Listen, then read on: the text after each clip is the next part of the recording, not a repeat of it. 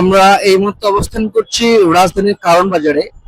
আপনারা যেমনটি দেখছেন, আহ, দেশের বিভিন্ন স্থান থেকে বিএনপির যে নেতাকর্মীরা রয়েছেন তারা আজ একযোগে মানিক মিয়া এভিনিউয়ে একত্রিত হচ্ছেন।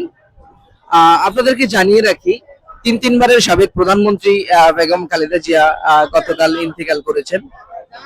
তার জানাজায় অংশগ্রহণ করতে দেশের বিভিন্ন স্থান থেকে নেতাকর্মীরা ছুটে আসছেন।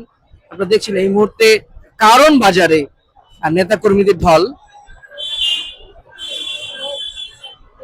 আমরা একজনের সাথে কথা বলে জেনেছি, তিনি বলেছেন যে আসলে খালেদা জিয়াকে তিনি কেন পছন্দ করতেন। তিনি বলেছেন যে তিনি একজন আপসীন নেত্রী, তিনি দেশের জন্য কাজ করেছেন, দেশের কল্যাণের জন্য, মানুষের জন্য, নেতাকর্মীদের জন্য। নেতাকর্মীদের ছেড়ে কখনো কোথাও যাননি এবং নিজের অসুস্থতার কারণেও তিনি বাইরে বিদেশে কখনো চিকিৎসার জন্য যেতে চাননি। তার কারণেই আসলে সেই যে বিষয়গুলো রয়েছে সেই বিষয়গুলোর কারণেই তিনি তাদের কাছে অনেক প্রিয়।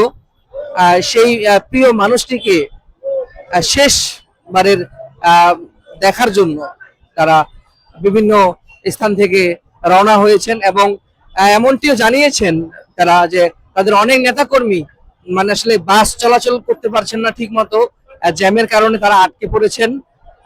এই মুহূর্তে আপনারা দেখছেন যে এই যে রোডটি রয়েছে কারণ বাজার থেকে মানিক মিয়া অ্যাভিনিউ যেতে যে রোডটি রয়েছে সেই রোডটি পুলিশ ব্লক করে দিয়েছেন, যে এখান থেকে কোনো গাড়ি অটো যেন যাতায়াত করতে না পারে। সেই ক্ষেত্রেই যে নেতাকর্মীরা রয়েছেন তারা গাড়ি ছেড়ে এখন হেঁটে হেঁটে রওনা দিয়েছেন মানিক মিয়া অ্যাভিনিউর দিকে।